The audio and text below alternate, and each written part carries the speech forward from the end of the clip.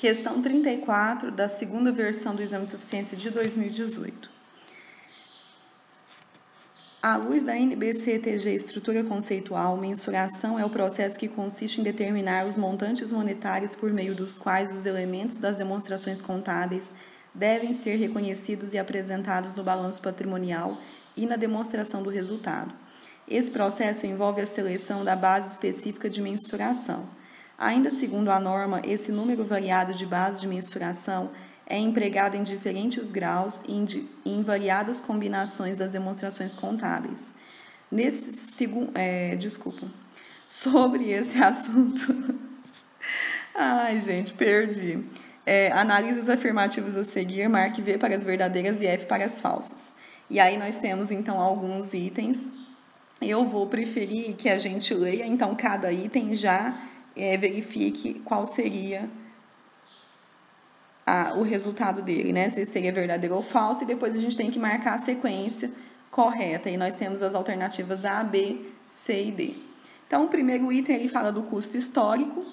Ele diz que no custo histórico, os ativos são mantidos pelos montantes em caixa ou equivalentes de caixa, que teriam de ser pagos se esses mesmos ativos ou ativos equivalentes fossem adquiridos na data do balanço. E os passivos são reconhecidos pelos montantes em caixa ou equivalentes de caixa não descontados, que se espera que seriam necessários para liquidar a obrigação na data do balanço. Esse é um item falso.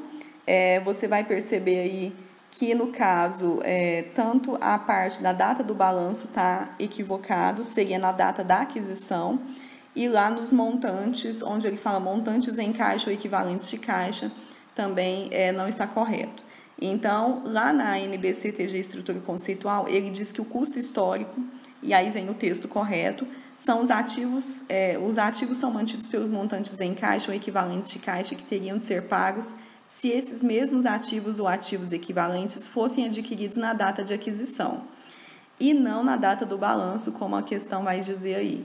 E os passivos são registrados pelos montantes dos recursos recebidos em troca da obrigação ou em alguma circunstância, como por exemplo no imposto de renda, pelos montantes ou caixa ou equivalentes de caixa que se espera que serão necessários para liquidar o passivo no curso normal das operações. No próximo item, ele diz que os ativos são registrados, ele diz que é o custo corrente, né? Vai falar sobre o custo corrente, e no custo corrente os ativos são registrados pelos montantes pagos em caixa ou equivalentes de caixa, ou pelo valor justo dos recursos entregues para adquiri-los na data da aquisição. E os passivos são registrados pelos montantes dos recursos recebidos em troca da obrigação ou em alguma circunstância, como por exemplo no imposto de renda, pelos montantes em caixa ou equivalentes de caixa que se espera que serão necessários para liquidar o passivo no curso normal das operações. Aqui nesse item, ele também vai ser um item falso.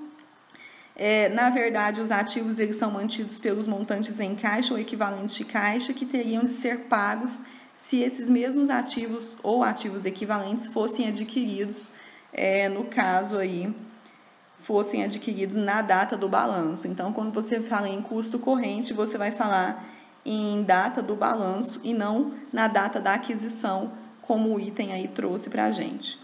Lá no custo histórico, que a gente acabou de verificar no item anterior, no custo histórico você faz pela data de aquisição e no custo corrente vai ser, então, pela data do balanço. E os passivos são reconhecidos pelos montantes, os passivos no caso aqui no custo corrente, né? E os passivos são reconhecidos pelos montantes em caixa ou equivalentes de caixa não descontados que se espera que seriam necessários para liquidar a obrigação na data do balanço. Então, o primeiro item está falso, o segundo falso. Esse é o terceiro que eu vou falar do valor realizável, que também é conhecido como valor de realização ou valor de liquidação. Os ativos são mantidos pelos montantes em caixa ou equivalentes de caixa que poderiam ser obtidos pela sua venda em forma ordenada. E os passivos são mantidos pelos seus montantes de liquidação, isto é, pelos montantes em caixa ou equivalentes de caixa não descontados que se espera que serão pagos para liquidar as correspondentes obrigações no curso normal das operações. Esse é um item verdadeiro, o texto está propriamente conforme a NBC TG Estrutura Conceitual traz lá na definição de valor realizável. E o último aqui é o valor presente. Ele diz que os ativos são mantidos pelo valor presente, descontados dos fluxos futuros de entradas líquidas de caixa que se espera que seja gerado pelo item no curso normal das operações. E os passivos são mantidos pelo valor presente, descontado dos fluxos futuros de saídas líquidas de caixa que se espera que serão necessários para liquidar o passivo no curso normal das operações. Também é um item verdadeiro, conforme está lá descrito, né, na NBCTG Estrutura Conceitual. Você vai verificar exatamente esse texto, que seria a definição do valor presente. Então, o nosso gabarito ficou sendo a letra B. Os dois primeiros itens estão falsos e os dois últimos verdadeiros. E aí você tem a sequência de provas. No caso aqui eu utilizei a prova branca, que é a questão 34, e você tem aqui as numerações para os outros tipos de prova. Então é isso, pessoal. Essa foi a nossa questão de hoje. Se você tiver alguma dúvida, você pode deixar nos comentários ou me enviar por e-mail. Meu e-mail é momentodeestudar@gmail.com. Tem aí as nossas outras redes sociais e na descrição do vídeo, se você estiver assistindo pelo YouTube, eu vou deixar também o link para você entrar no nosso grupo lá no Facebook. E se você estiver assistindo pelo Facebook ou pelo blog, tem o link também para você entrar no nosso grupo.